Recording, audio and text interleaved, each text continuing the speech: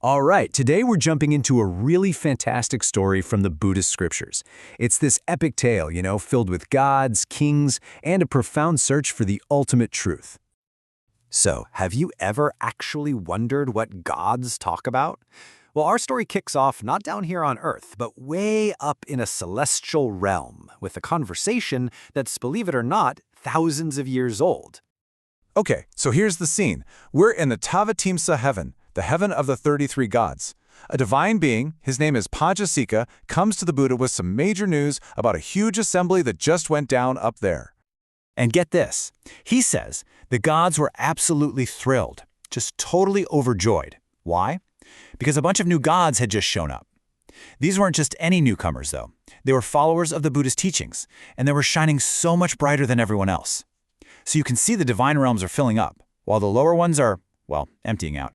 So right in the middle of this huge celebration, bam, this brilliant light just fills the entire hall. I mean, brighter than any of the gods themselves.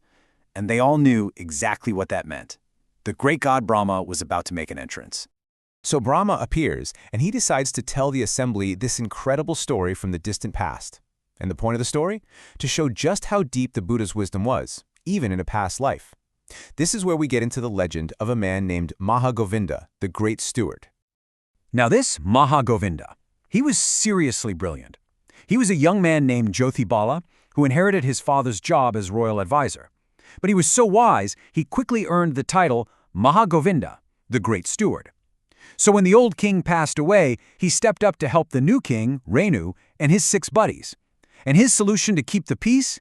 He came up with this genius plan to divide the entire land into 7 perfectly equal kingdoms, one for each of them. A pretty elegant way to ensure prosperity for everyone, right? Okay, so here's where things take a really interesting turn. Mahāgovinda's fame just explodes, right? He's known everywhere as this incredibly wise ruler. But with all that fame came a pretty unexpected problem. Yeah, a rumor starts spreading like wildfire. People start saying, hey, you know that Mahāgovinda? He talks to Brahma face to face. The only catch? It wasn't actually true. Not at all. This false rumor really bothered him, so he has this thought. I've heard wise people say that if you go into seclusion for 4 months and just meditate on compassion, you can actually see Brahma. So that's what I'm going to do. So he does it. 4 months of intense meditation later, and nothing. Mahāgovinda is feeling pretty discouraged, He hasn't seen Brahma. He's right on the verge of giving up. And then, Just then, in a flash of brilliant light, Brahma Sanankumara appears right in front of him. Whoa! He tells Mahāgovinda not to be afraid and says, ask for whatever you want, anything that will benefit you now and in the future. Totally awestruck, Mahāgovinda gets one question, and he decides to ask the big one, the one about immortality. This was his question, plain and simple. How does a mortal being reach the immortal world of Brahma? Basically, how does a regular person find the path to the highest possible heaven? And Brahma's answer is fascinating. He says the path is blocked by something called avaganda. The best translation is something like a raw stench of spiritual impurity. Now, we're not talking about a physical smell here. It's the stench of things like anger, kodo, deceit, nikati, greed, lobo, arrogance, mano, hatred, daso, and delusion, moho. For Mahāgovinda, this was a light bulb moment. It just clicked. He understood immediately that you can't just wash these things away while you're living a normal household life. So right then and there, he decides, I will renounce the world. He announced he was leaving everything, all the power, all the wealth, to go and pursue this spiritual path. And this is the incredible part. He didn't go alone. Inspired by his example, the 7 kings he had helped, they renounced the world, their courts, his wives, and literally thousands upon thousands of other people. We're talking over 84,000, this huge crowd. They all followed him. So let's circle back. After paññā finishes telling this epic story to the Buddha, he asks him a simple question.